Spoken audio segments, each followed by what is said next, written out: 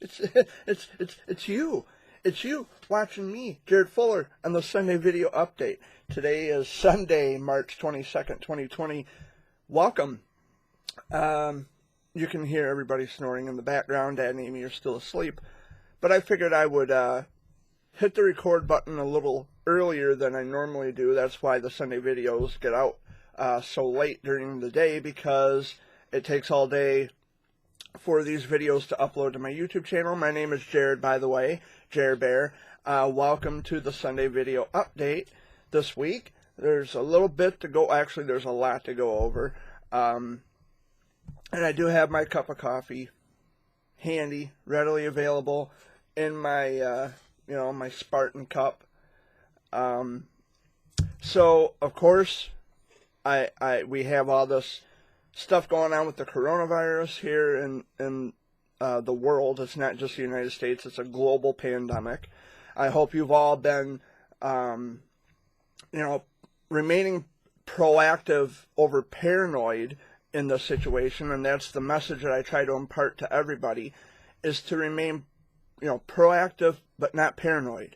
And I think that is the absolute foundation of getting through this.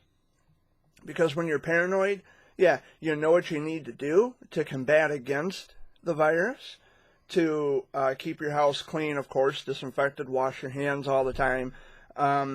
Basic hygiene, not an issue ever, or at least shouldn't be. But we have people who are remaining proactive. For those of us who understand isolation, we are fully aware of what isolation is. We understand and know front to back, from beginning to end, what it means to be stuck at home all the time, especially as one coming from the childhood cancer world.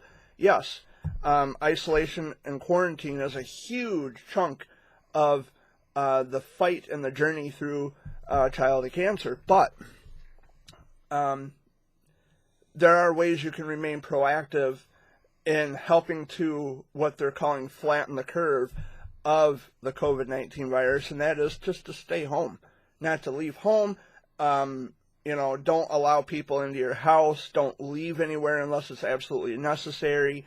It's a crazy time for all of us right now, but I think we can, like I said, if we're proactive over acting paranoid or feeling paranoid or being paranoid, I think we'll get through it. Now, I was out last week. I was out and about last week. I was with my brother. We were out on the other side of Caro, which is out in Michigan's Thumb. He had to pick up something. I think it was a go-kart or something. I don't know. Because I never got out of the car. I stayed in the car the entire time. But they needed directions. They needed to know how to get there. Of course, they call me the human road map. I kind of know where everything is in the state of Michigan. And sure enough, hey, Jared, we need you. Come along with us. Okay, I guess. I really don't want to, but okay. So I went with them, and we went and got that, and because I had to tell Dad which way to turn and, how to get places, go from here, go from there. I don't know how that would ever be a problem, trying to find your way back home, but it was for my dad, because he's not familiar with the roads out there like I am. And, somebody's message is going off. I think it's Amy's. But I was out on the other side of Caro, and yesterday, we had gotten the news that a country music legend named Kenny Rogers had passed away. Kenny Rogers had music spanning well over 30, 40 years. He had a lot of hit songs, and he was surrounded by his family. He passed away on Friday night, and we learned of his passing on Saturday morning, early Saturday morning. So, if you listen to the Sunday Flashback tonight on WKCQ via the internet at 98fmkcq.com, I believe, is the website where you go to listen live. Dan Richards will have the entire show dedicated to Kenny Rogers, including, of course, your requests. And I was kind of shocked to hear of his passing because I wasn't aware that Kenny Rogers was sick. I knew that he had, I don't know, he just looked different the older he got. I think he had a facelift. I'm not sure. I'm pretty sure that's what I was told, or at least you could see it anyway. But I didn't know he had any other additional ailing health issues that led to his death. But I guess they said he passed away surrounded by his family. And one of the greats, the Gambler, is gone at the age of 81. So my love and condolences go out to the Rogers family, and his music will live on forever. I'm a big Kenny Rogers fan. I remember when Kenny Rogers had a chain of restaurants called Kenny Rogers Roasters. That was a long time ago, back in the 90s. There was a Kenny Rogers restaurant out in Saginaw, just off Bay Road, and I remember we drove by there quite a few times. But yeah, it's a huge loss to the country music world. Dolly Parton, they did some duets together. Islands in the Stream, that's one of my favorites.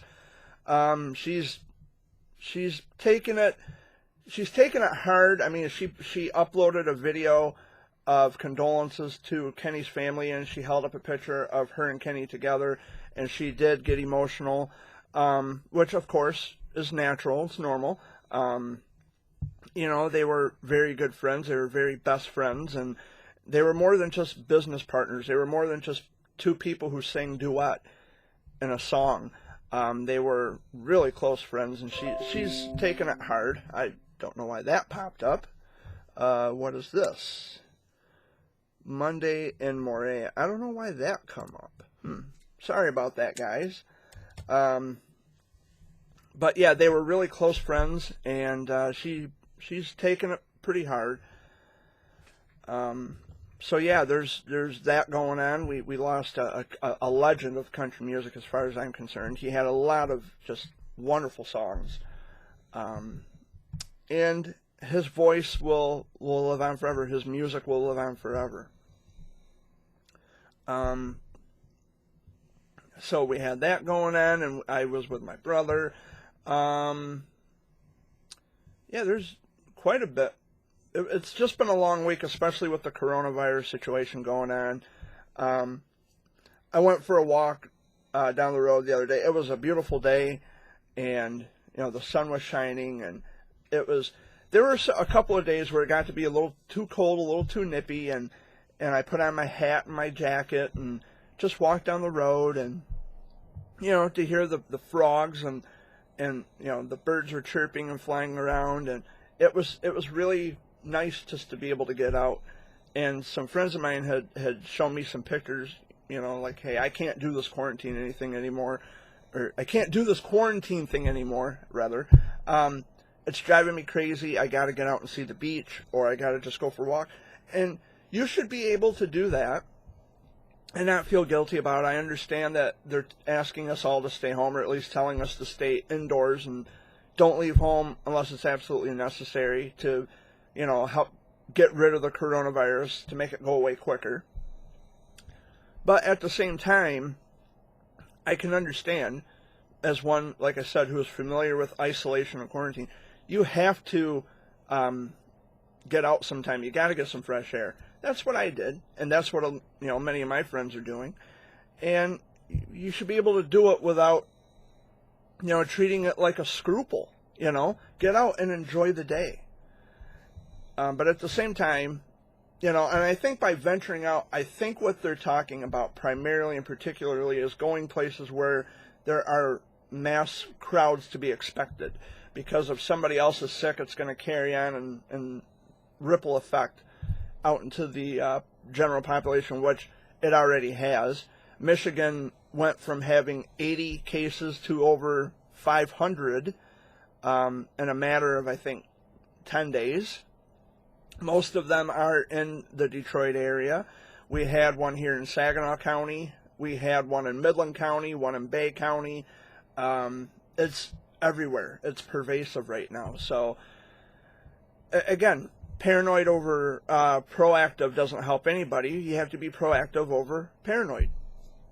And that's the message that I try to impart to everybody. I think it's important. And, you know, I throw childhood cancer in there quite often. And one of the things that I wanted to bring up, and maybe everybody can, you know, pick up something from this or take something away from this, is the fact that we didn't ask for childhood cancer. Nobody does. So we understand what isolation is, in which case we didn't ask for isolation and quarantine either.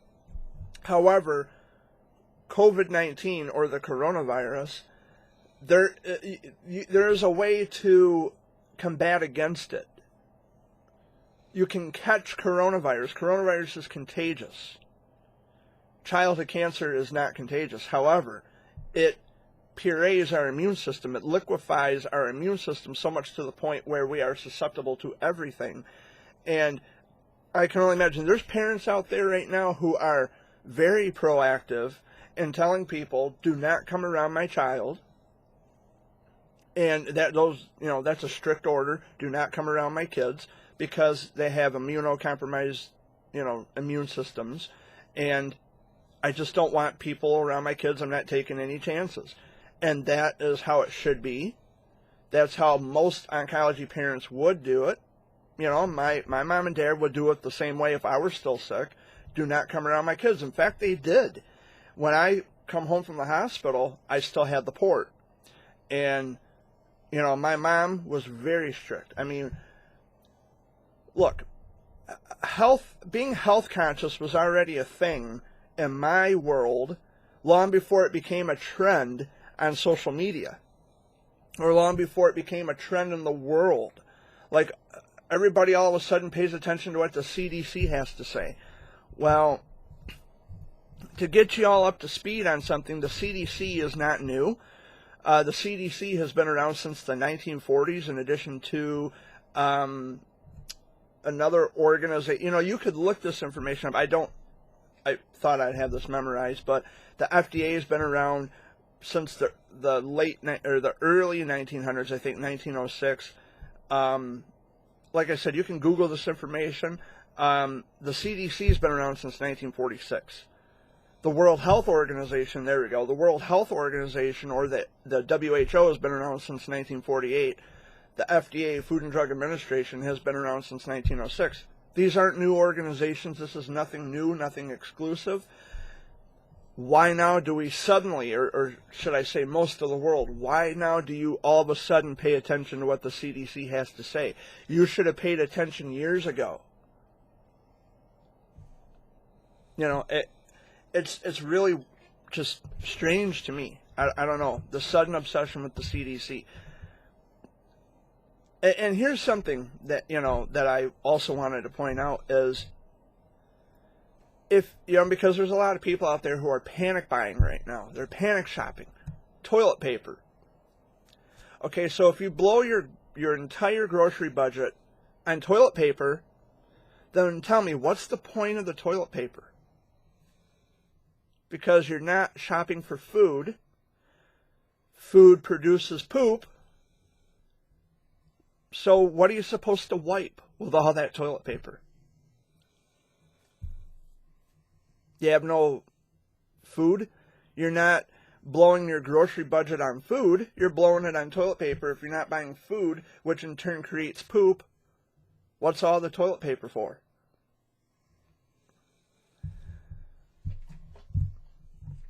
I'm just the observer. I'm just calling it like I see it. To me, it doesn't make sense, but a lot of things don't. And speaking of country music, Barbara Mandrell had a hit back in the early 80s called I Was Country When Country Wasn't Cool. It's a wonderful song. And basically, if you're not familiar with the song, it details the life of a country girl who was already doing, wearing the jeans, the Levi's, and putting peanuts in her Coke. If you listen to the song, from front to back, from beginning to end, it kind of explains, like, I was doing all this stuff before it was even a trend. Well, when it comes to, say, someone like myself from the childhood cancer world, we were already health aware and health conscious before being health conscious and health aware was a trend.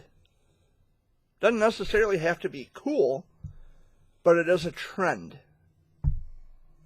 We were already, most of us, many of us were already aware of this before it ever became a trend. So, all you people freaking out about, oh, I don't think I can stay quarantined for a couple of weeks or 2 or 3 weeks. So, tell me about that. I was quarantined, and many of us were quarantined for several months. So, tell me how 2 weeks or 3 weeks, tell me how that's going. Because I know lots of people, including myself, we were isolated and quarantined for a long time. We were told not to have visitors, couldn't have anybody around, we couldn't leave home unless we were going to clinics and hospitals and whatever. I don't want to hear about how awful it is that you have to stay quarantined and stay home for 3 weeks. Oh, you know what? You'll be fine. For many of us, this is not new territory. We are already well familiarized with this, and we didn't ask for it. It's something that we had to do. Childhood Cancer World is immersed with isolation and quarantine patients, and that's just a part of the journey.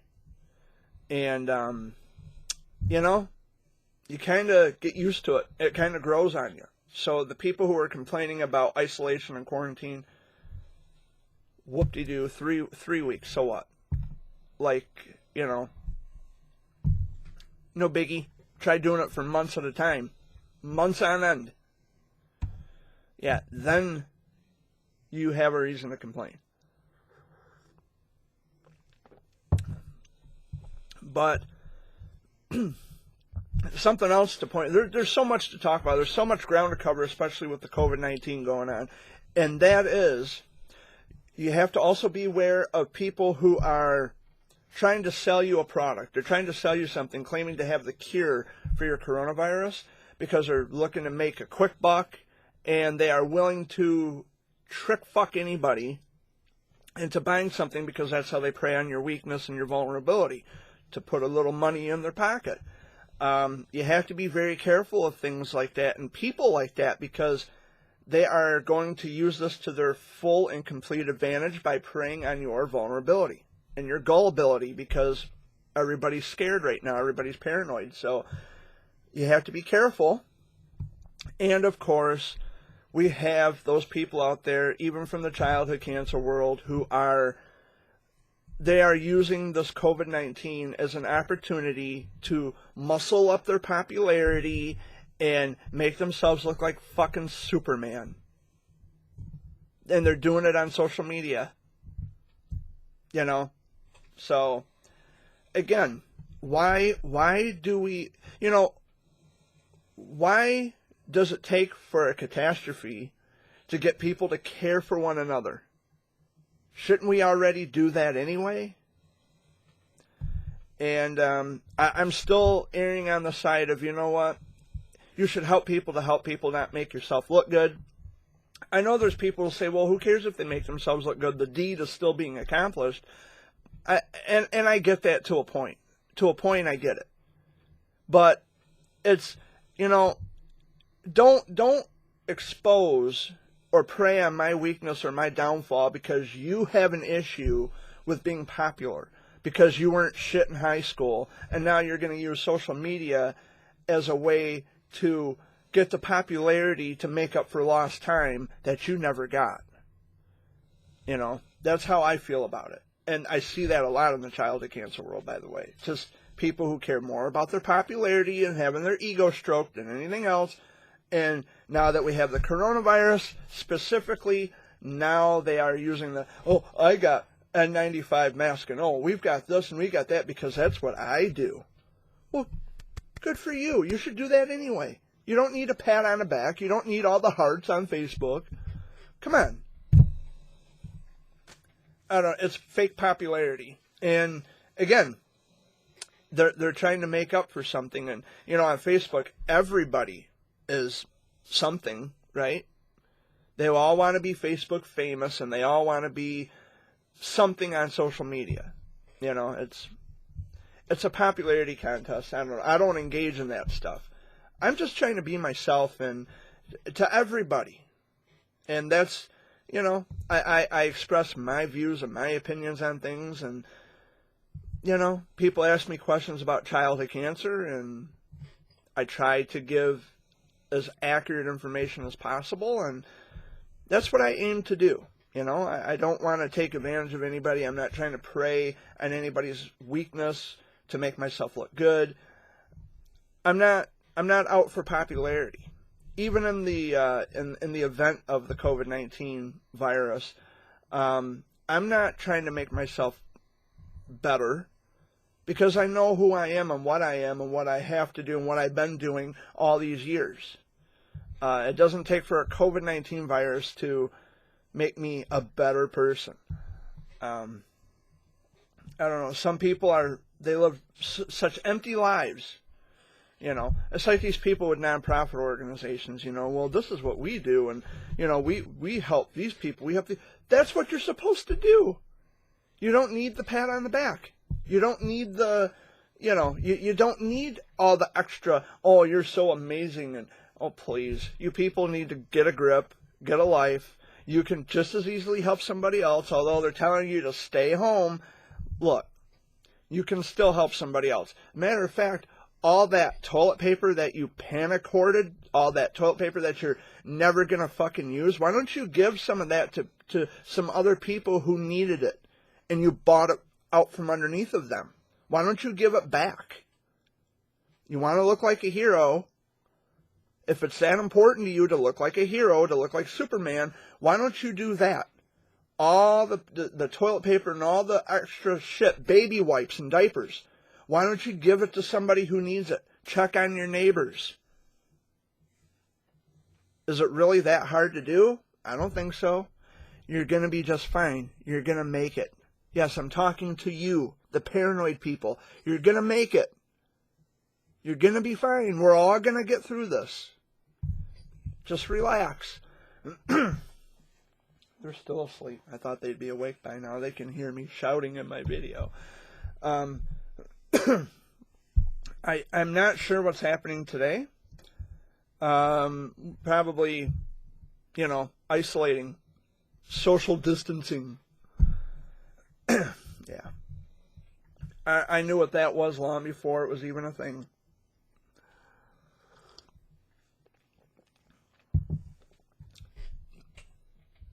And that's basically what it comes down to, is every time we have a natural disaster or a national emergency, there's always people out there. There's always going to be people out there who are going to cash in on this. They're going to use it to their advantage to make themselves look cool, to make themselves look popular. Oh my God. And social media is the easiest place to do it. I don't get people. I really don't. I never understood how Joe Blow can post something and everybody puts hearts all over it. But if I were to post the same identical thing, somehow doesn't mean much. Why wouldn't it? The philosophy doesn't change because of the person who shared it. I don't know. It's just something that's always I've kind of questioned that, because there's people out there who they share mutual friends with me. Like, my friends are also friends with this other person. Now, this other person shares something that just is so sanctimonious. And my friends, most all my friends are hearting it, liking it. But if I were to share the same identical thing, my friends don't pay attention to it. They just kind of scroll through it. Why? The philosophy doesn't change just because I'm not that guy or that woman or that person. I don't get it. The social media environment is just strange. It's weird. I don't get it. But anyway, I'll file that into the I don't fucking understand it file. Because I really don't. A lot of things in this world I don't understand, and trying to understand it hurts the brain. But I do think about it a lot. I process a lot of things, and I still don't get it. There's a lot of things I still don't understand. I think I am coming down with a bit of a sinus, or my seasonal allergies are messing up, because we've had a drastic fluctuation in temperatures here in the state of Michigan. It goes super mild, warm to cold, and then warm to cold. And we are officially in springtime. We are in the vernal equinox in the northern hemisphere. And so we should be expecting our warm, mild weather, hopefully soon. They're talking about an inch of snow overnight tonight into early Monday morning. However, it's not going to stick around long because the temperatures are expected to go up again. So, okay. I will take the melting snow. And I'm also wearing my wearing some Warrior merch today. Her fight is my fight. So yeah, I still wear my Warrior merchandise, and I don't. You can't totally and completely scrub childhood cancer out of my life. You can't do that. There's just no way. I'm always going to have that knowledge. I'm always going to come from that. I'm always going to have the battle scars. I'm always going to, I'm going to have that personal experience. And I think what it is that there are people out there who just don't like the fact that I can speak about things from a personal experience. That's why so many people gravitate towards me, because, hey, we have a long-term survivor out here. He can actually talk about these things. And, once they get to know the real me, the real Jared, they get to like me. We become really good friends. We exchange cell phone numbers. It's great. We become really good friends, and we stay in touch. And I realize everybody gets busy, but with the coronavirus situation now, we have to all stay indoors. We have to practice social distancing. We have to, learn how to communicate without going outside. I don't know. It's a different, weird, strange time right now. But people actually get to know the real person inside, who we are. And, I've made a lot of wonderful friends over the years. I've lost a lot of people. But, it's really their loss. It's not mine. I'm not the one burning bridges. It's other people who strike the match and hand it to those people to burn the bridges. People like to believe lies. They like to believe gossip. And that's the world we live in. Is we have people who are so gullible and so naive and following the opinion of the crowd, the opinion of the group, when the group itself has not been able to demonstrate with evidence factual information.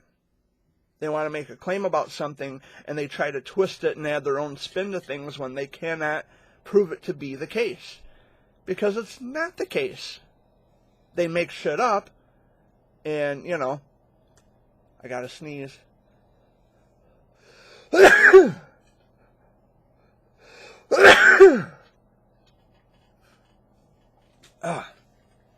felt it coming. But they like to drum up gossip and But, they have no life, so.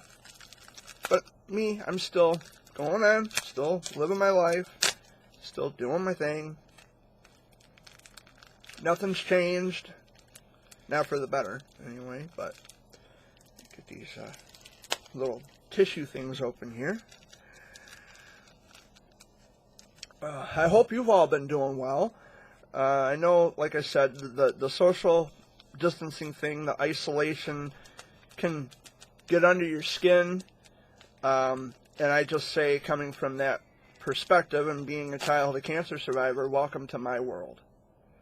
Welcome to the world of pediatric oncology, because, like I said earlier, the demographic, which, by the way, I'm happy to see people use the word demographic, because I pointed that out a long time ago, that the childhood cancer world is nothing short of a demographic. And now people are starting to use that word, that jargon in childhood cancer. So, cool beans. Oh. Seasonal allergies. Oh, Jared's got the coronavirus. No, I don't. It's seasonal allergies. I go through this every year.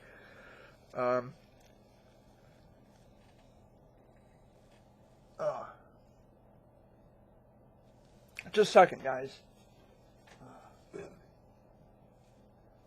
Okay.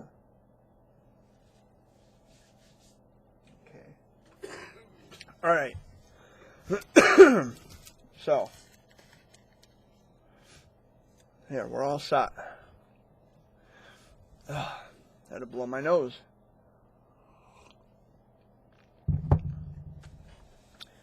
But I know social, and it's weird because the department stores that are usually open 24 hours have closing hours. They have closing time.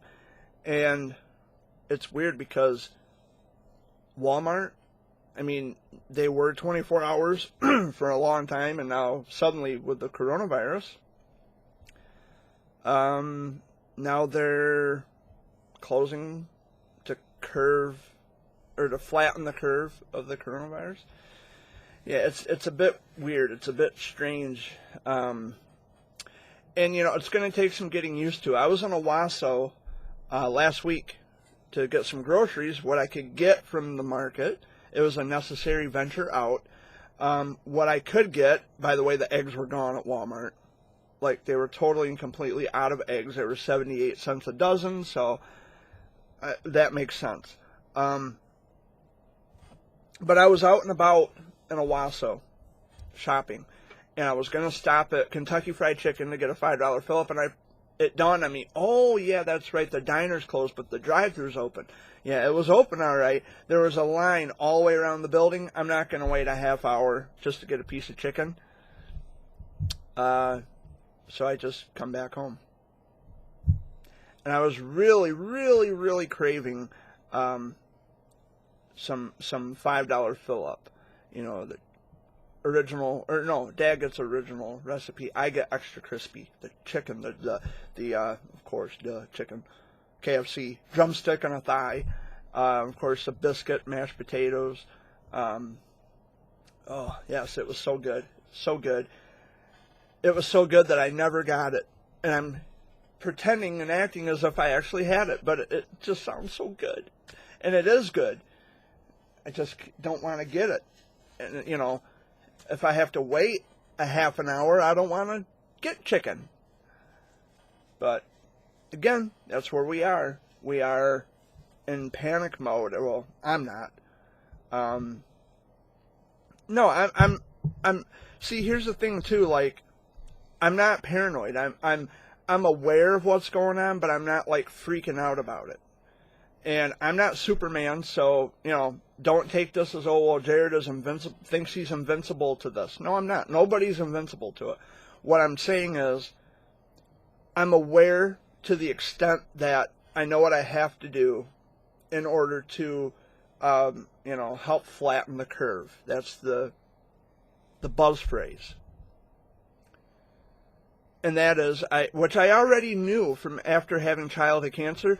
I kind of already knew a thing or two about germs and bacteria and all that good, that good stuff. I knew about that. Most of us have already been aware of that. You become health conscious and germ conscious and a germaphobe when you go through something like childhood cancer. You immediately, and dare I say automatically, become aware of that. You have to be. It's nothing new. It's really nothing new. And they tell us not to touch our face, but too late. I'm touching my face. Oh, what? Oh, well. But I'm not planning on going anywhere today. I don't think I have any plans to venture out. They're still asleep. I figured they would be awake by now.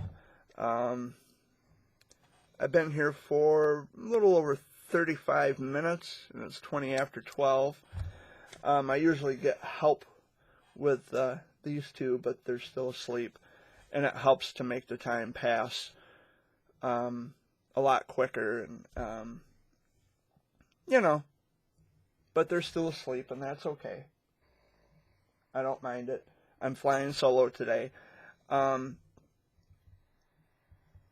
yeah, if you listen to the Sunday Flashback tonight, it's 7 o'clock Eastern.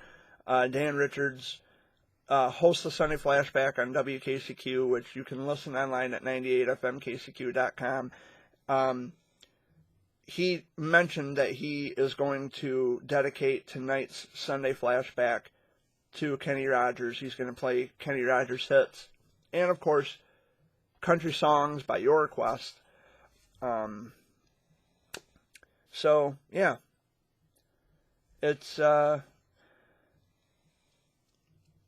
don't even know where I'm going with that. Dan Richards, I uploaded a video of Dan Richards doing the Monday Flashback at Billy's Pine Run Inn out in Clio. But it was canceled last week because of the coronavirus. The bars and restaurants had to shut down at 3 o'clock.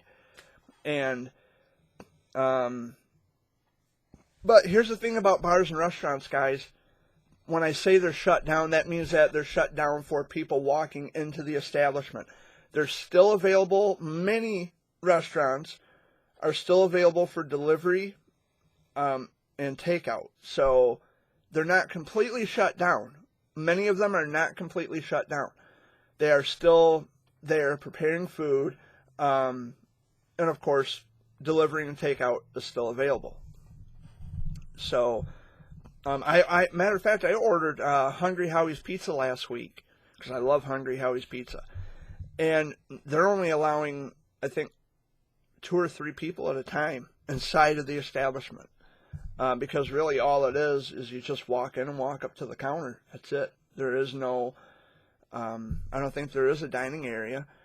There's a bathroom and just the front counter where you pay for your pizza and pick it up. There is no sit-down diner at Hungry Howie's. It's a new way of living, and I'm pretty sure, at least I have a feeling, and feelings aren't facts, but I have this feeling that this isn't going to last for very long. I hope I'm right. But I've been getting messages in Messenger too, people saying, oh yeah, this could last for 18 months. And then someone else said 18 weeks. So, I don't know. We'll just have to wait and see, guys. This might be our new normal for a while. I don't know. But there's people who are panicking and freaking out. And again, even if that is true, even if this is going to last for 18 months, it's a new way of life. We're just going to have to learn to adapt. There's no sense in freaking out. There's no sense in getting all upset about it. I mean, we're going to have, we're just going to have to do what we got to do. The buzz phrase nowadays is, well, it is what it is. Yeah. I've never gotten a glass of orange juice by squeezing a basketball. So yeah, it is what it is.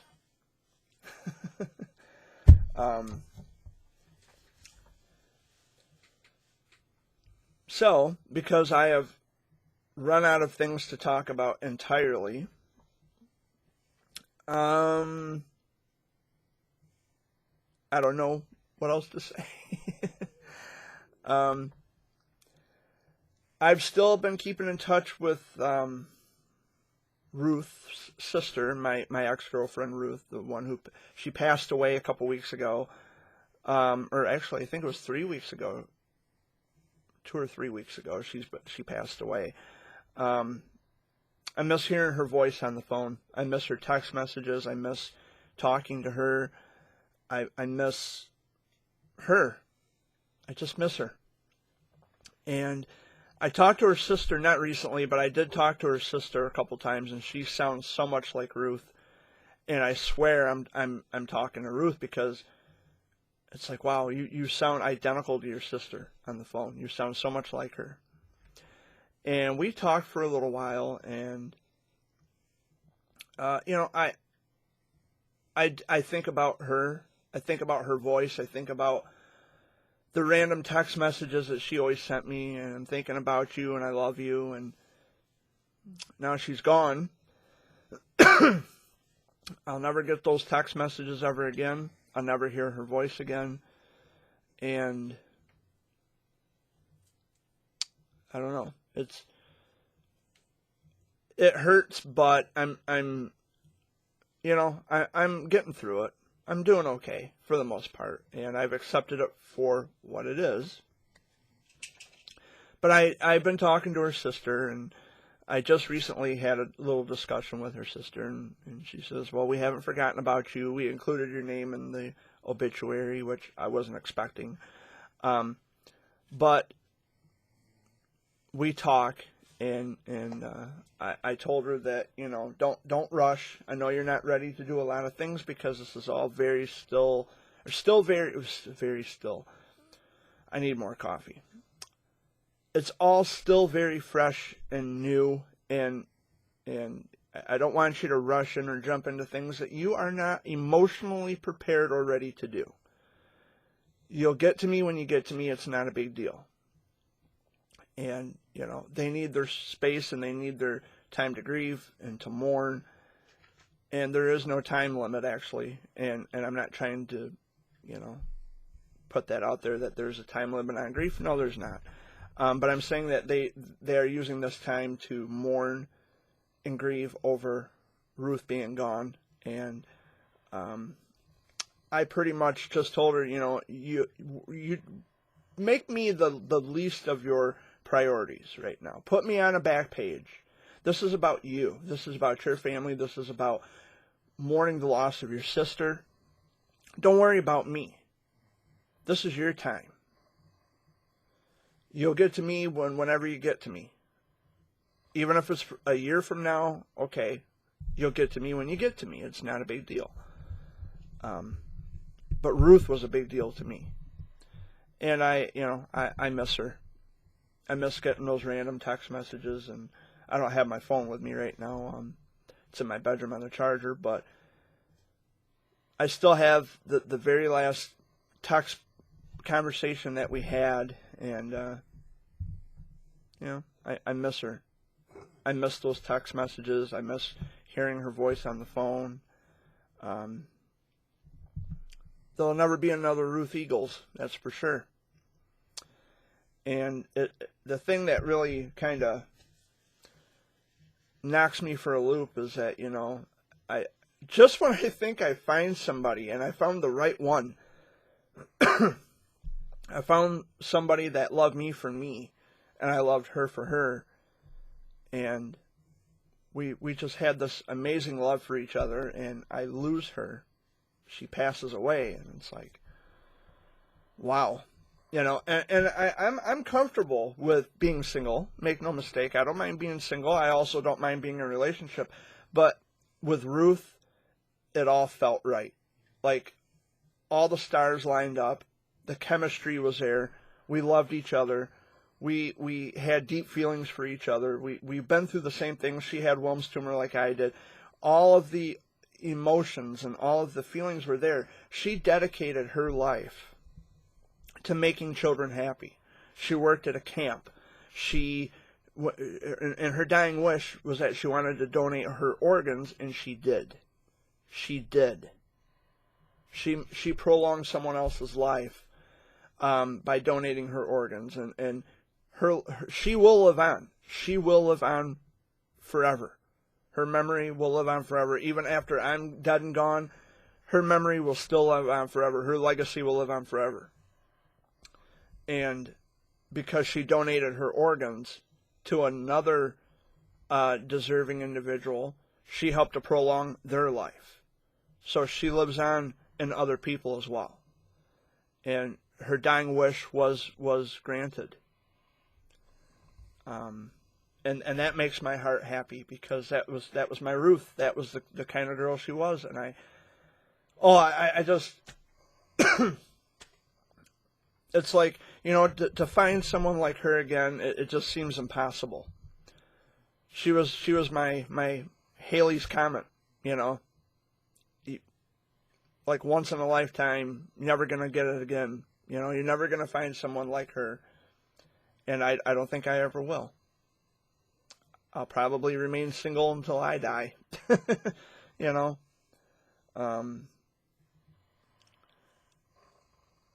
But, you know,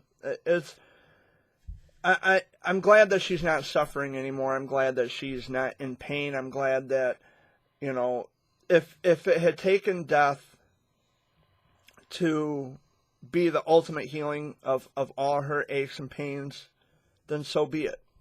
I don't want her to suffer and live a life of agony and anguish. If death was her ultimate healing, then so be it. I'll leave it as that. Because I don't want her to be in pain. Even when we would talk on the phone, like the last phone conversation we had, she was at the local laundromat in town. She was like winded, like she couldn't catch her breath, and I kept asking her, "Baby, are you okay? You sound like you're winded." She says, "Yeah, I'm just trying to get my laundry done." I said, "Well, honey, just slow down. Just take it easy, hon. Just relax." And she says, "Okay." And I said, "Breathe with me, you know, just take a deep breath. You know, just relax a little bit."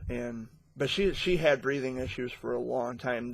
What it was is, for those of you who probably aren't aware or familiar, Ruth had Wilms tumor back in 1987, and the treatment had hosted a plethora of lifelong after effects, and she had ailing health for most of her life.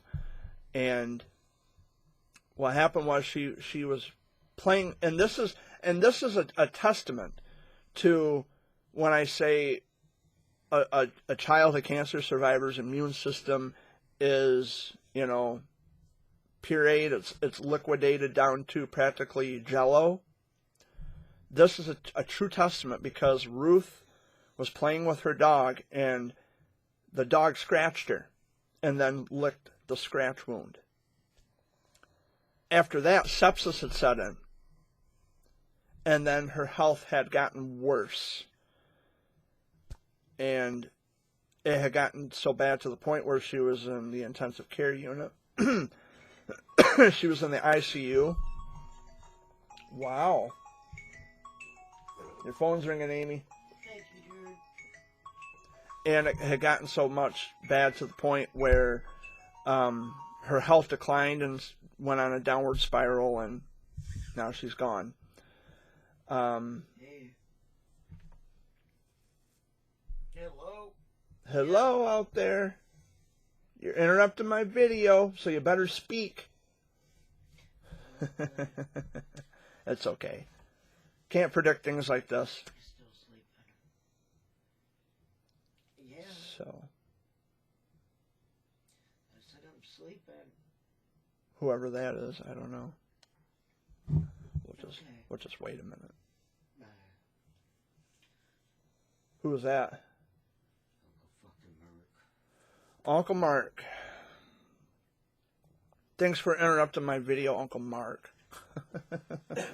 That's okay. Where is he? Did he say where he was? He ain't coming over. Good. Said he'll get with me later. Yeah. I told him I was still sleeping. There's coffee out there if you guys want any. I made a pot before I went to bed last night. Oh, okay. I'm drinking. I don't even know that. Mm-hmm. I was up at night and I just fell back to sleep. Yeah, it's afternoon now. It's like 20. Holy fuck. It's 25 to 1. I mean, you know, we're doing the social distancing thing with the coronavirus, so figure it's a Sunday, fuck it, sleep. You know?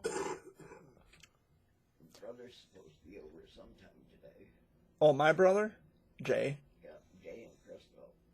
You know, and I wanted to, because my brother's girlfriend, Crystal, she wasn't aware that I do Sunday videos on YouTube. So, Crystal, if you're watching this, hey. So, yeah, in the beginning, because I really didn't know Crystal, and the environment, the atmosphere was kind of rocky between her and I. We butt heads a couple times. But now I think we're getting along. We're kind of getting each other's feel, you know, like we know, you know, and I want to keep the peace. I don't want people fighting. I don't want trouble. And, you know, I've been hanging with my brother Jay for this past week, and it's been nice, you know. I enjoy hanging out with my brothers. I don't see my brother Wayne as much as I'd like to, but, you know, I love hanging with my brothers. And Dad was talking about him and us boys all getting together doing something, hopefully after this coronavirus shit passes over. Yeah, because they're closing everything down, all the stores and Yeah. everything now. Yeah, and I just hope it doesn't ruin our summer. Like, I want to get out and do things. I want to travel. I was just telling a cancer mom this yesterday, that I want to travel. There's places I want to go to. And she says, yeah. And I mentioned the state where she lives at, and she says, oh, yeah, you'd love it here. And I said, well, if I'm ever in the area, you know, I'll swing by and say, hey, I'll stop by and see you. But, of course, I would have to make, because there's families who, like, when I tell them I want to come and see them, there are families out there who don't feel comfortable with me staying in their home, and I respect that. Absolutely, 100%, I'm not going to argue that. That's why before I even leave to go to to visit with anybody or to meet anybody, the first thing I ask, do you feel comfortable with me spending the night in your home, or would you rather me get a hotel somewhere? That's always something I ask before I even make the plan to come and see them. I think Dad's waking up. Because I will not intervene, I will not intrude, and I will not overstep. I will not overstep on someone's... and now, finally, folks, they are waking up before our very eyes. Joining me off camera now is Amy. Hello, and he's still sleeping. And I think Dad is half awake, half asleep, but Yeah. he will be joining us shortly. He's got his eyes somewhat open. We'll get that aroma of coffee going through, and we'll be all set. I've spoken. I've flew solo in this video for the first, I think, half hour, 40 minutes. No, you're fine. You're asleep. How are you going to know? I wanted to hit the record button and get this going and get it out of the way so I'm not sitting here. But it's coronavirus season. What the fuck else do I have to do? I'm going to be home anyway. And you said Uncle Mark is not stopping in? No, not right now. Well... Because I fell back. Yeah. I told him I was sleeping. Yeah. But if he's sick, I would rather he not come over anyway. And that's not just for Uncle Mark. That's for anybody. The fact that you have to be told not to come over or to leave home when you're sick is kind of telling of what's going on in our world in March of 2020. Like washing your hands. Why does anybody have to be told to wash their hands? Oh, and with soap. Which, wow, such a mystery. We use soap to wash our hands? I didn't know that. Well, so what's that blue bar that I've been using the entire time when I wash in my bathtub? That's soap. Yeah, it's soap. Irish Spring. That's the soap I use. Hey, Dad. But anyway, I wanted to start this early while they were asleep because I knew, this is going to take all day long. This video will take all day long to upload to my channel, so I don't know. I have some extra help now that these two are awake. Did you have a good week, Dad? We had a pretty good week. Yeah. We went out to Caro and... Yeah. What is that, a go-kart? Yeah. like a giant go-kart, but it's like a dune buggy. Like a dune buggy go-kart kind of a combo thing going on there. I didn't really get a chance to get a good look at it, but I only saw like a quick glimpse of it or like a picture, not really up close and personal. But it was all the way out on the other side of Caro, which is out in Michigan's thumb. Yeah, that's what I love about being a Michigander. You've always got a map.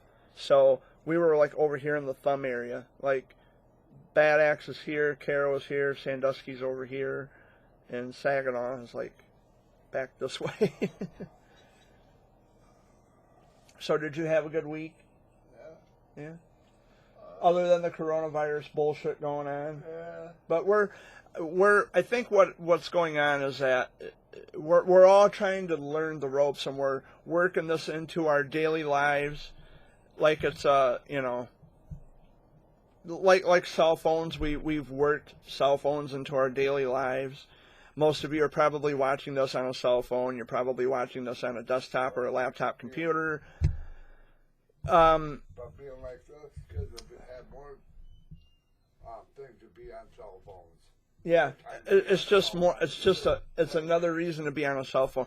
Although there are parents who are allowing their children to go outside and play, but in their own yard. Like, don't leave the yard. We're not venturing out to meet people. We're not having birthday parties. We're not doing any of that stuff. We're not going to social gatherings where there's going to be large crowds and masses of people. We're just going to stay home, do our own thing. And they feel guilty for letting their kids go outside to get fresh air, which is ridiculous. Don't feel guilty about it. If you're not around, like, and it's like I said at the top of the video, if you are doing everything that you normally do every day by keeping your house clean and using disinfectants and wipes and things like that, using soap when you wash your hands, because apparently using soap to wash your fucking hands is a mystery. I don't know why. But if you're doing everything you're supposed to do in the first place, which is exactly what I do, it's what Dad and Amy does, then you've got nothing to worry about. If you want to step outside to get some fresh air, do it. Don't be ashamed or afraid to get some fresh air. People feel so guilty, and then they feel that they owe everybody an explanation. You don't. Take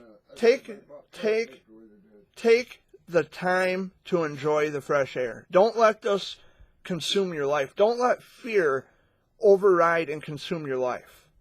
Get out and do stuff. Get out and enjoy the fresh air. You know, I'm not going to let fear consume my life. I am aware of the situation. I'm aware of what's going on, but I'm not going to completely and entirely shut down my life. Life continues. Life goes on. I still have things that I have to do around the house. There's still things I have to do out in the real world. They're telling people don't leave home unless it's absolutely necessary, and that's what I'm doing.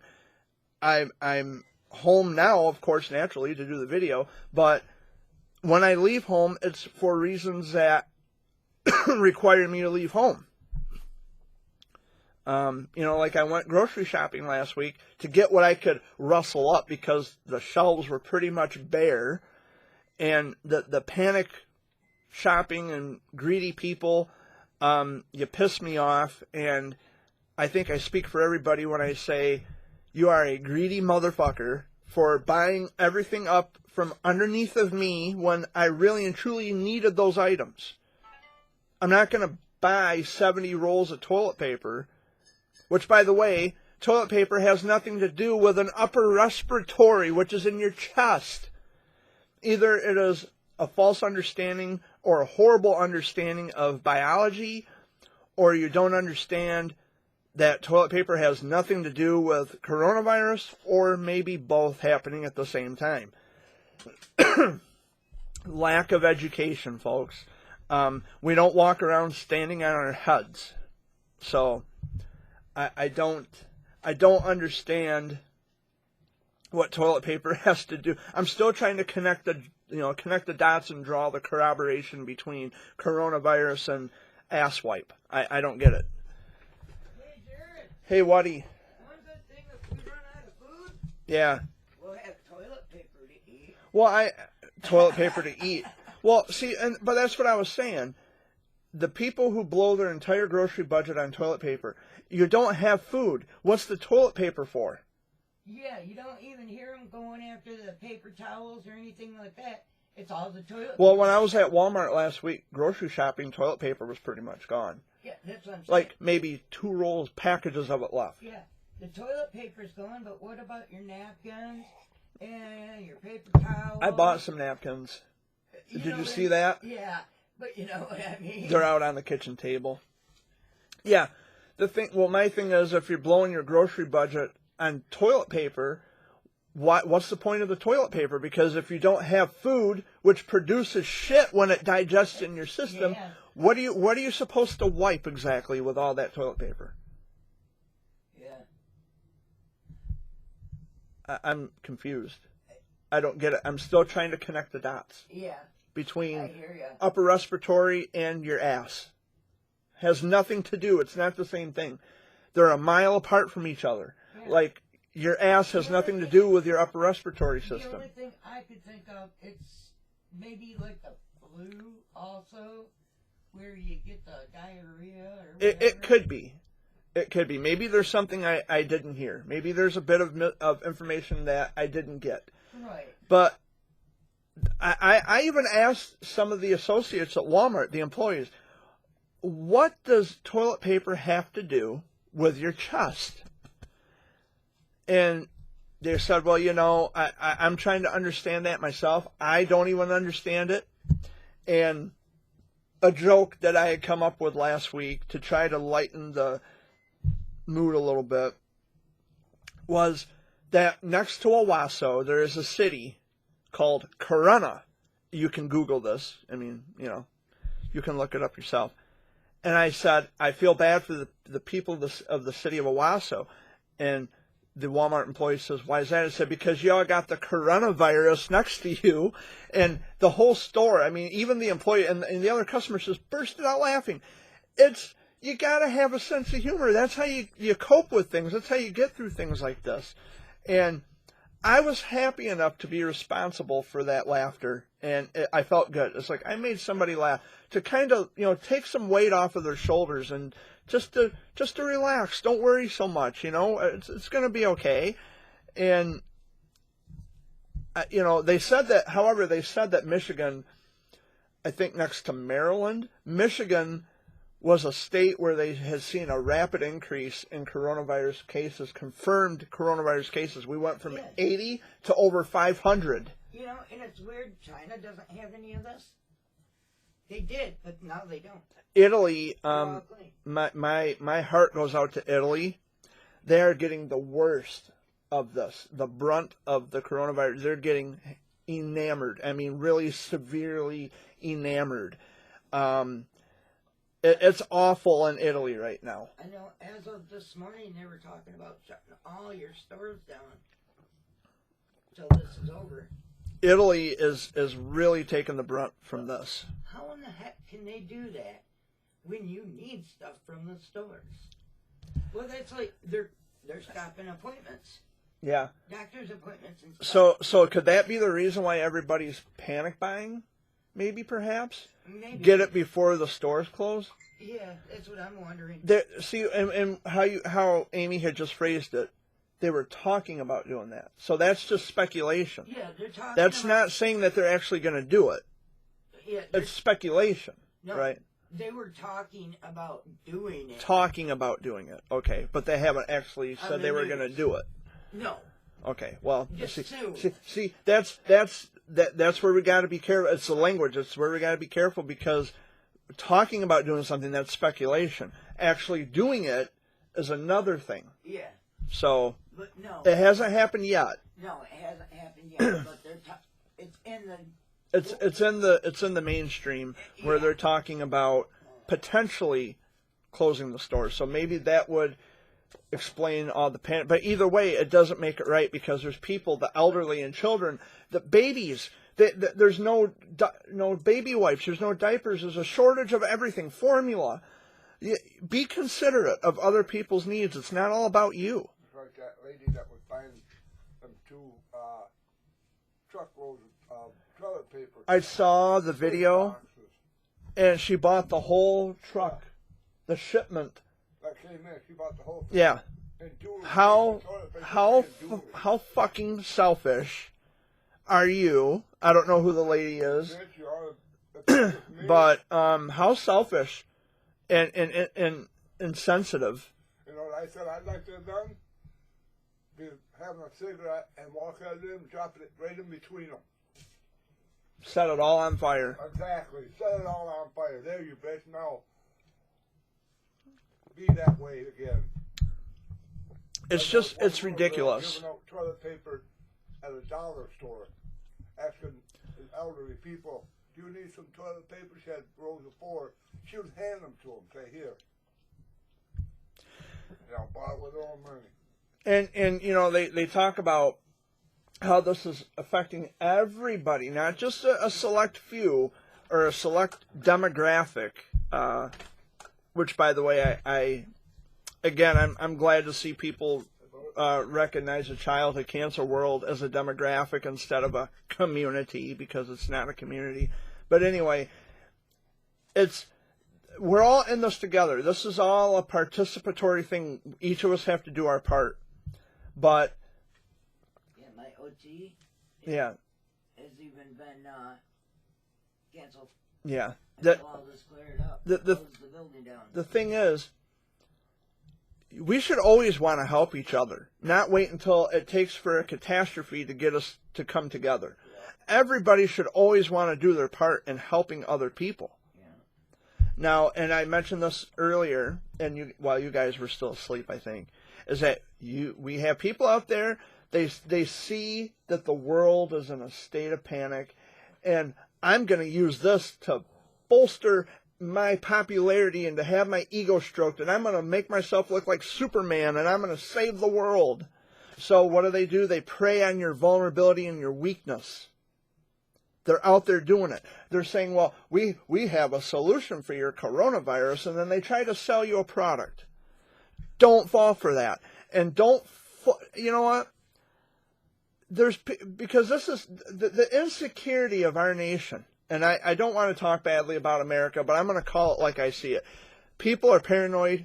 They're insecure about a lot of things. And when it takes for people to use something like the coronavirus because you have an issue with being Mr. or Mrs. Popularity, that you're going to use this to your advantage, when it comes down to that, I don't want you helping me. I'll help myself.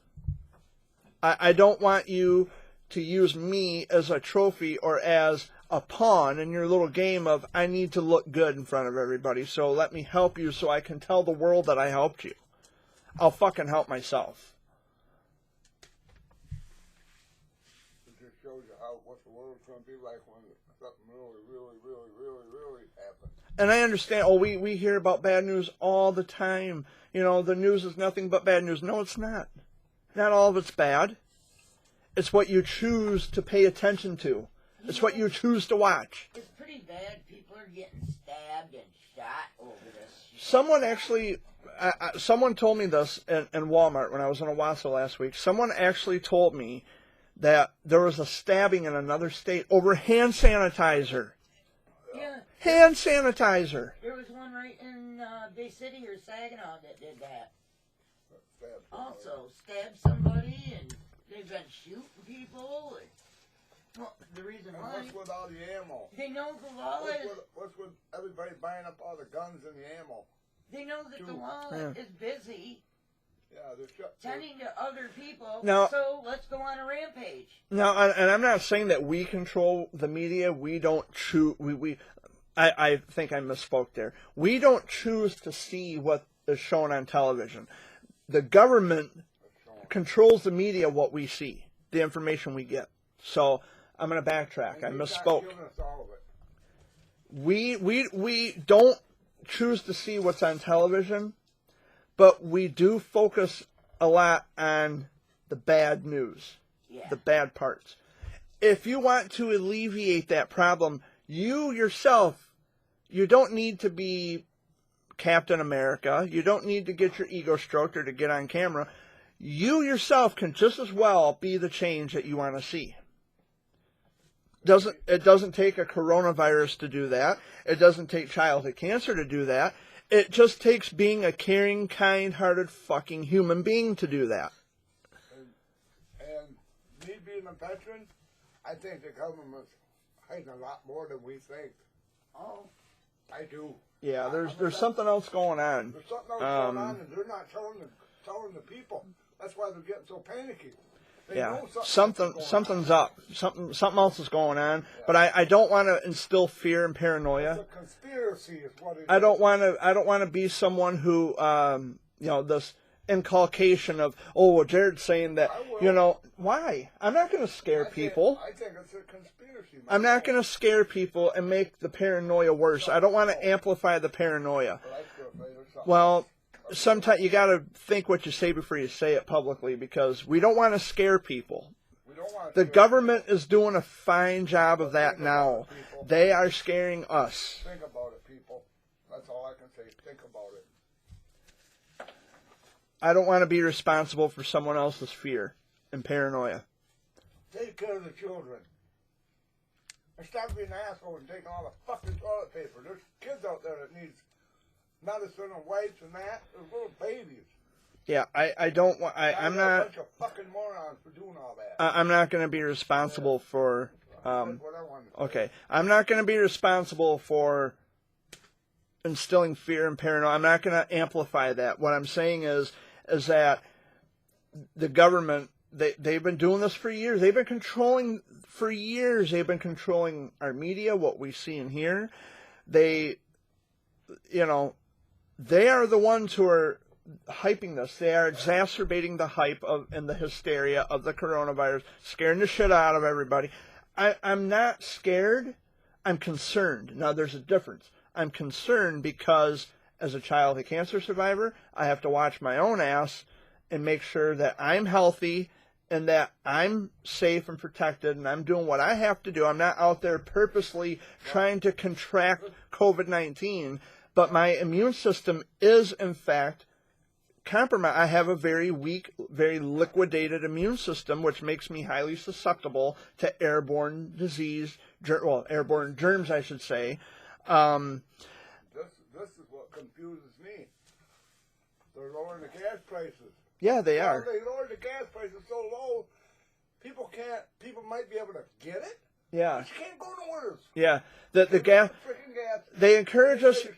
They encourage us to go on vacation at a time when the gas prices are $3 and $4 a gallon. Now that they're cheap, where everybody can afford it, they say, "Well, you got to stay home." But you know what? I did find out the gas being so cheap right now that if they keep it for so long, it turns out to not be no good because it'll get weak. And it won't have as much strength in it as it does now. I don't know what you mean by that. Yeah. If you let a gas strength? set out, what are you talking about, strength? And you let that gas set for weeks or whatever, it's going to be weak. It's going to just be so weak it's not going to work for nothing. It's going to ruin a lot of things. And it'll probably be watered down. People's got to think about it. Yeah. I don't know what you're talking about. Found out. Are you talking about the octane? Any of it. Any of the fuel. I don't know. Even regular fuel. Regular unleaded, medium. Gas was $1.70. Gas was $1.78 ammo. I seen a truck in there. I didn't see diesel price. Or methane, or was that the ethanol, or whatever? Getting gas. Now my vehicle wants some missing shit. Yeah. Wants to not run right. And I don't have a van, and with gas prices being so cheap, my van would be smiling from ear to ear if it could smile. People are taking gallon drums and buying it. My van would be full.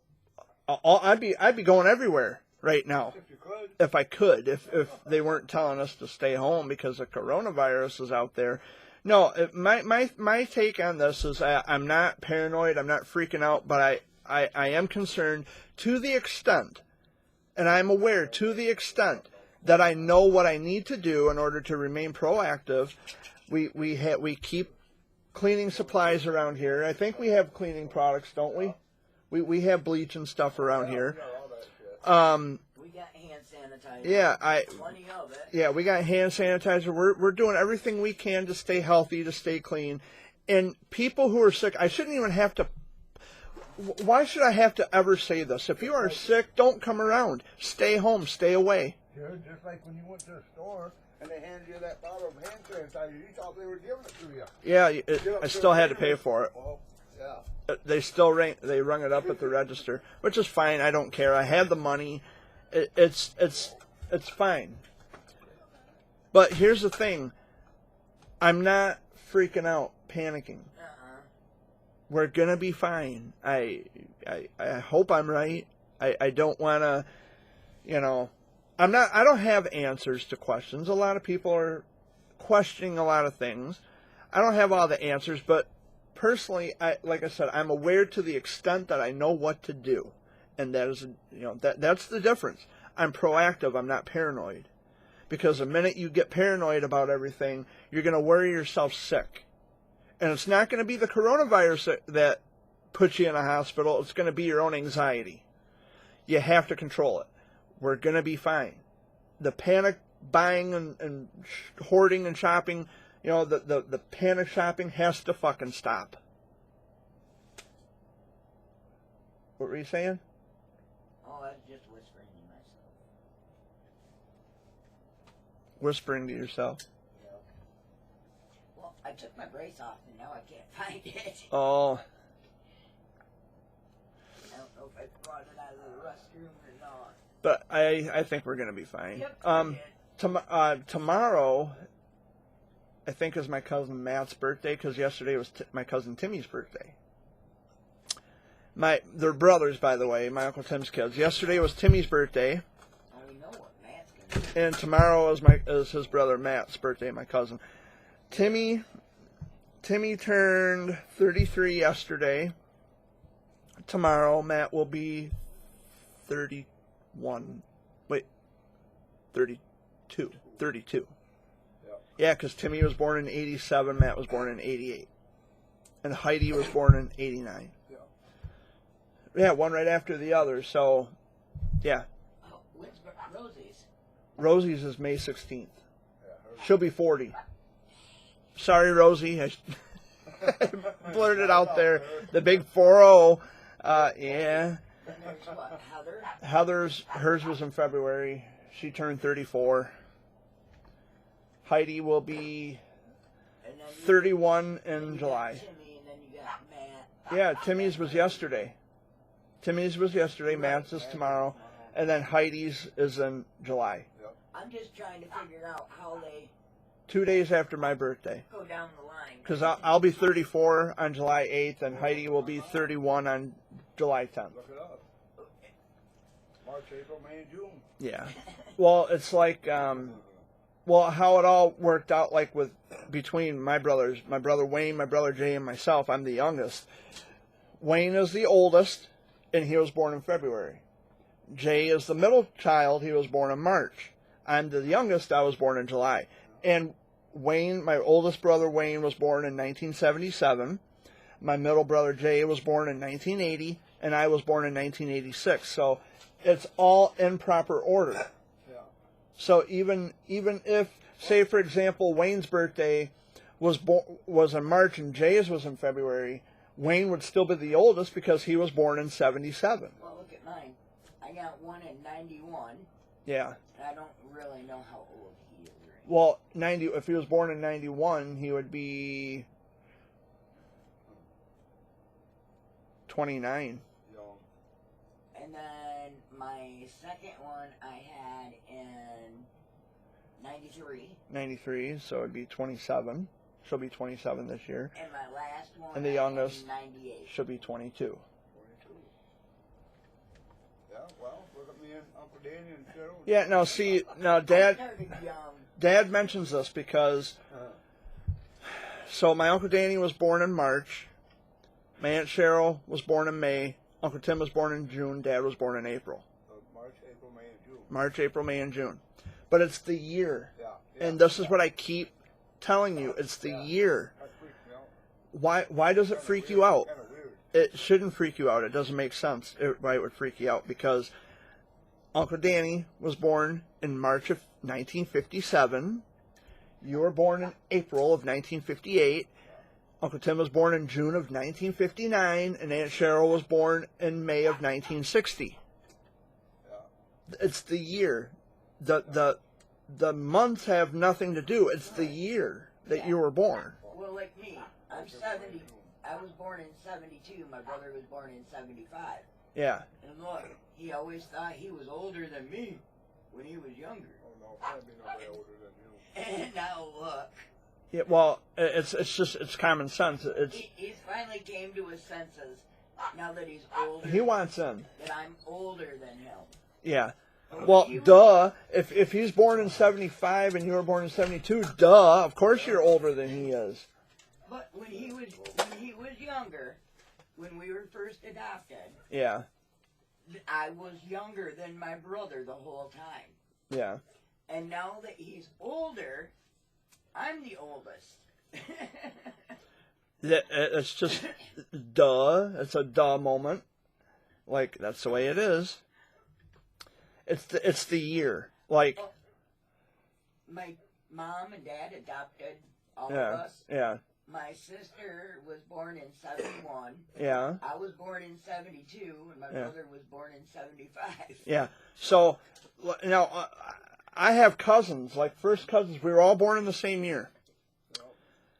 Heather was born first in 86. Then my cousin Felicia was born in, I don't even know when her birthday is. Is it April, I think? I don't know when, I feel bad. I don't know when Felicia's birthday is. She was born in 86. Then I come along in July of 86, and then Ryan was born in December of 86. So we're all cousins of one another, born in the same year. So it's Heather, Felicia, me, and then Ryan. That was the year baby was being born. That was like a baby boom year for us. For Yeah, because Mom and Aunt Cheryl and Aunt Rhonda and Annie Lane were all pregnant at the same time. and they were because They were. in 85, because that's when you and Uncle Tim and Uncle Danny and Uncle Van were all planting your seeds in 85, to keep it PG-13. No. So in 85, this is when all this was going down, and then Aunt Rhonda had Heather in February of 86, and Annie Lane had Felicia whenever her birthday, I think it's April of 86, and then Mom had me in July of 86, and then Aunt Cheryl had Ryan in December of 86. So we were all born in the same year. It's just weird how that worked. I know it. We planned it. Yeah, it must have been mating season, It was. because we all popped out in the same year. Yeah. So I'm just curious, how were the baby showers back then? Because y'all were, Mom and Aunt Cheryl and Aunt Rhonda and Annie Lane were all pregnant at the same time. Had each other's baby showers. Yeah, like We had one for one of them, and another one to have another one for another one. And the baby showers in 1985 and early 86 had to have been fucking awesome. Because they were all pregnant at the same time. I bet you did. I heard the 80s were a wild time. I don't know. Hey, good. Want to use my lighter today? No, I don't want to use your lighter. Asshole. Yeah, Got it no, open yet? no, thank you. But yeah, it's weird how that all turned out. Yeah, we're all just kind of getting up there in age. Yeah, Everybody is. Nobody gets younger. It's just a next month. way of life. Yeah, next month. Our neighbor down the road here, his name is Jeremy, and his wife, Kristen, very nice people. Love them both. They got a little girl down there, and she's 14 months old, and Picking up words. yeah, her, at that age, their minds are like sponges. And I messaged her and I said, well, if there's anything we can do, to help you guys during this coronavirus crap, let us know. And she said, well, yeah, we appreciate that. And then she asked us if we wanted venison ribs, and because Jeremy was just going to get rid of them. And it's like, no, I think we'll pass. And really, you know what? That's what neighbors are supposed to do. Look out for each other. Look at our friend. What she did for us when she texted you, wanted to know if we needed TP. Yeah, a really good friend of mine from Chesaning, Chrissy, she didn't text me. She messaged me on Messenger. And she said, how are you guys doing on toilet paper? I'm doing okay. We're doing all right. And I asked her, how are you guys doing with essential items? Oh, we're doing fine, and that's what we're supposed to do. We're supposed to check on each other, but not only when a crisis ensues and takes over the world. I still miss her dad. It brings out the best and the worst. I still miss Dad. I know you do, but this coronavirus brings out the best and the worst in people. I don't know why, but that's like with every pandemic and every tragedy that we have. Yeah, the greed is what really dominates this country and our way of life here in America. I wish it wasn't this way, but it is, and I can't change it. I'm just one person, but I'm also trying to live accordingly to my fellow human beings, my neighbors, and people around me, and it's not just coronavirus. It's for every day in all aspects of life. I try to be respectable and kind and courteous to every people, to everybody, and this is what I do. This is who I am, and I encourage that with everybody. Just help people who are in need, and don't be so damn stingy and greedy. We're gonna get through this, and it's just gonna take some time, but I think we'll be all right. My seasonal allergies have been flaring up all week, and I'm right in the middle of the video, Amy. I sneezed, and I had to open these little tissue, this packet of tissues that you had given me. Yep. Yeah. They work good. Yeah, I mean they come in handy. If you need more, let me know. Yeah, they come in handy. I use them. I bought 2 packages. I have another. There's like 8 in a package. Another unopened packet, pocket. It says pocket. Oh, I thought it said packet. No, it says pocket. Oh, okay. Yep.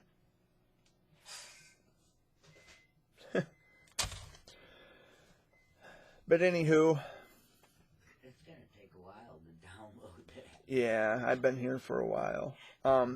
See, it helps when I have other people. I've been here for about an hour and a half, just a little under an hour and a half. YouTube it Yeah. takes forever. It's gonna take all day, but I have nowhere to be. Right. I'm not going anywhere today. It's already 1:15. So by the time people see this, it's going to be 11 o'clock at night, probably. Yeah. So or tomorrow. So yeah, and with all this indoor, staying in the house and quarantine and isolation and social distancing, it brings out the best and worst in people, and what can I do? I know what I'm doing to live my life and to be proactive. It's proactive over being proactive instead of being paranoid. I think that is the foundation of how we deal with this situation and how we get through it. And I'm enjoying life every day. we can look back. We can look back on all of it and say, you know what? I will know what to do. I would rather be safe than sorry, which most people are, and I'm trying to be safe than sorry. I'd always rather be safe than sorry, but I'm not going to freak out. No.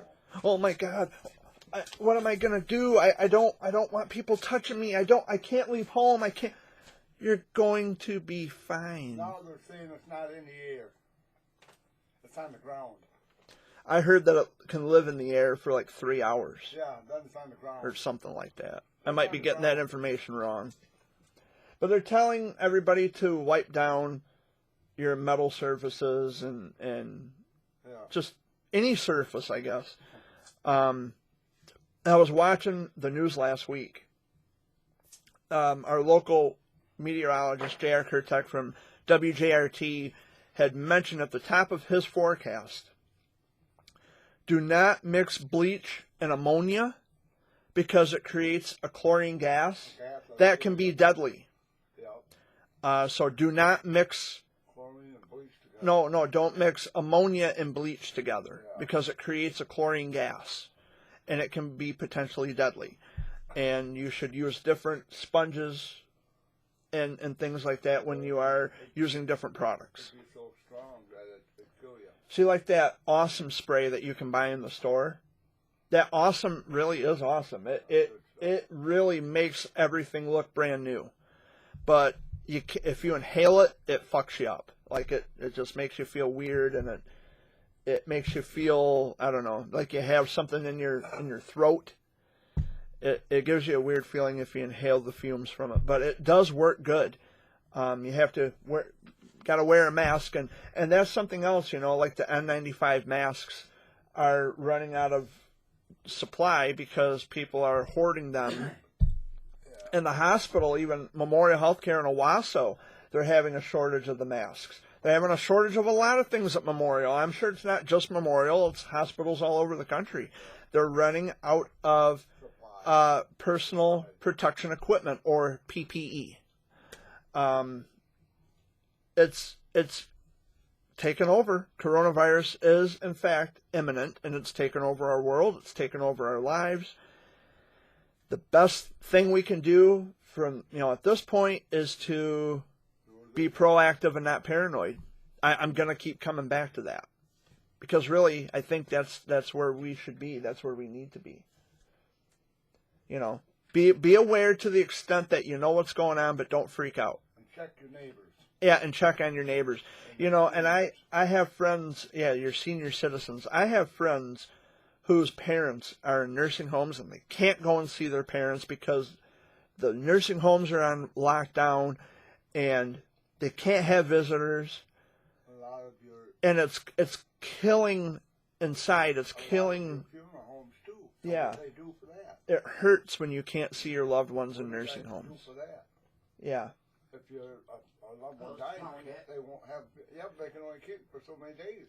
And the senior citizens and the elderly in the nursing homes, they have grandchildren that they would have come to the nursing home to see them, and great grandchildren, and it would make them happy and make them feel young again, And now they had that taken away from them because of COVID-19. The only way they can see them is through glass. Yeah, and that's really heartbreaking.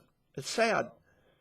The only thing that really and truly makes them happy getting to see their kids and their grandbabies and great-grandbabies, now they can't even do that because of the coronavirus, the COVID-19.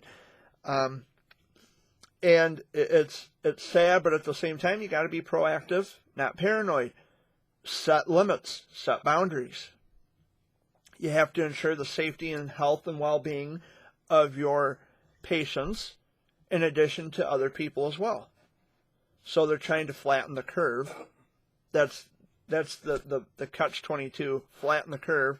And social distancing, another catch-22 phrase that everybody's using. If I ever knew I had that, Jared, I would actually have to leave my house.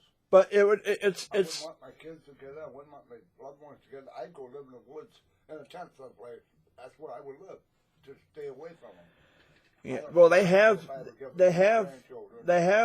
quarantine huts. I saw they have like makeshift little huts built with doors on them. So I don't know. I would have to It's one of those. a weird time right now for everybody. We're living in a very strange, very different world. And also please give the truckers a lot of credit. Yes. Some truckers need eat. they are Eat. tirelessly night and day making shipments and deliveries around the clock. They're hungry, they're tired, and also we have to thank our pharmacists Yeah. for their hard work and dedication, because they also have to have certain limits and boundaries set, so they have to stay safe and healthy by giving the patients the medicines and things that they need as well. So thank you to our truckers, our pharmacists, our medical staff and professionals who are tirelessly working around the clock and trying to take care of everybody. We love you, we appreciate you, and we thank you for everything you're doing. My brother is a truck driver. Yeah. He was in one state and he ended up having a 3 to 4 day layover. And all he was doing is coming so far here in Michigan, But they stopped him at the border. dropping off a load. But Excuse me. He they couldn't even stopped come it. across No, the bridge. the person. Yeah, I heard the bridge was closed. The person, the driver that was on the other side, couldn't even get through Nope. to deliver the load. For all So, for all of my out-of-state friends who have, he finally Um, got back on the road just yesterday. so if you probably wanted to visit Michigan before all this coronavirus had taken place. Yeah, the Mackinac Bridge is closed right now. Well, you know what's really weird? What about these people that were on trips? I got a friend right now down in Arizona, Yeah. and I asked her. I said, "How in the you guys usually come home around May? How in the world are you gonna come So home I'm able to with all this go going on?" with the done. You know what she said? We'll be able to. You know why? Because they don't have any borders that they gotta go through. Well, I mean, there's state They lines, shut the border there's off. boundaries. They shut the border down. Nobody can come across or go over. Mexico, you can't go to Mexico. Well, that's a different country. Yeah, but I'm saying though, Like, they've got those places. they're not allowing international and domestic travel. It's Yeah, but weird. If you want to go to Washington, Yeah. It's weird. Iron Mountain. Iron Mountain's in Michigan, by the way. It's weird to step outside to get fresh air and not hear any roaring jets flying I over. noticed that. No Or lines, Helicopters. helicopters, Yeah. no lines going through the sky from the jet fumes. I did see one the other day. It- well, when I took Jada. It's doctor, Sorry, Yeah. everybody, I pronounced that wrong. I've been fucking up on my words all day, but it's really weird. It kind of reminds me of 9/11. After 9/11 happened, there were no flights. Everything was pretty much dead. And I understand that 9/11 and coronavirus are entirely two different things, so please don't say, "Oh, Jared, here we go." No, I get it. It's the feeling, you know. Like, I remember 9/11, and I remember no flights, and with the coronavirus, they're grounding all flights. All flights have been canceled, domestic and international. And it's really weird. They say it's kind of like. It's back like when- it's happening all over again. They're saying it's kind of like when we had the outbreak of MRSA and all that, Yeah. and we made it through that, so we can make it through this. Yeah. And I'm not trying to make light of a serious situation, because I have lots of friends who are, a lot of my friends' children are childhood cancer survivors or childhood cancer fighters. And I'm not going to make light of this because it's a very serious situation, and I do think of them all the time. That's why I check on my friends daily. I mean, there's nothing I can do from afar, because they live out of state, so there's really nothing I can do other than check on them and talk with them and try to ease their tension and emotion,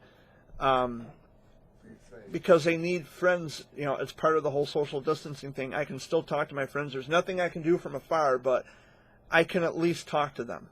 Have you been Skyping with anybody lately? I haven't Skyped in a long time. I was going to video chat last week with my friends in New York, but we were in Saginaw, and I couldn't do it I couldn't do it being away from home because my phone doesn't get service everywhere. And if I would have been in the middle of a video chat and the service goes away, there goes video chat. And my friends, I don't want them to think that I would hang up on them because I wouldn't do that. But the phone has lousy, shitty-ass service. It doesn't get service everywhere, which I find to be just totally ironic because we were talking about this the other day when we were coming home. That phone has a GPS in it. It knows where I am at all times. But yeah, I don't get service everywhere when there is a satellite in orbit that sends a signal to the fucking tower, which the phone gets the signal, the frequency, which bounces off the tower from the satellite in orbit. So why the fuck do I not get service everywhere I go? Not very smart. Why do I not get service everywhere I go? Technology's so great, right? Yeah. I beg to differ on that, but... Well, we found out where you can go, though, where it covers everywhere. Yeah. In New York. In the Upper Peninsula of Michigan, I get no service with Metro PCS at all whatsoever. So, but anyway, guys, I have been here for quite a while. Sorry. Oh, I've been here for almost an hour and 45 minutes, but you guys were asleep and I was talking I didn't even hear you. while you were sleeping. So I've been here for over an hour and 40 minutes. And I will be... I don't know. I'll be here waiting for this video to upload. You might get to see it tomorrow instead of today. Well, we'll see. So again, guys, just be proactive, not paranoid. Stay clean. Be safe. Don't be an asshole and buy everything up from underneath of other people because there's other people out there who need it just as much as you do. And don't intentionally cough and sneeze in people's faces. Don't be an asshole. I know you're scared, and I know everybody wants to make light of a situation like this. You can't. It's really not smart to do. But if you buy up all of that But hand sanitizer, don't be a dick. buy up all that hand sanitizer, who wants to shake your hand? Are you going to want to shake somebody else's hand when you got all the... Well, they're talking about the L bump. Yeah. You know, like bumping elbows. Well, you got... Made famous by Jimmy Kimmel, the L bump. Or wearing gloves, Just no like- mask. Just like I heard something about a toe tap. A toe tap where you put your foot up. Oh, I can't. That hurt my leg. I'm not as young as I used to be. But anyway, I'm out of here. I'm gonna wrap this up. I'm gonna go get some more coffee because there's a hole in the bottom of my cup, and Well, if I would have known that, I would have got you some. that's a crime against nature around here. So I'm gonna get going, gonna get some more coffee. You guys, I love you all. Be safe, be healthy. Any last words before I hit the stop record button? Be safe Don't be stingy. and have faith that we make it through this. And peace out. Dad? Yeah, And you just save said don't- everybody and share. Don't share your germs, share products. So that's it for me. That's it for Dad and Amy. I'm out of here. I'll see you next week. Much love. Take care. Look out for each other. Check on your neighbors. Check on the elderly. Keep your kids safe. I love you all. Peace out. I'll see you next week.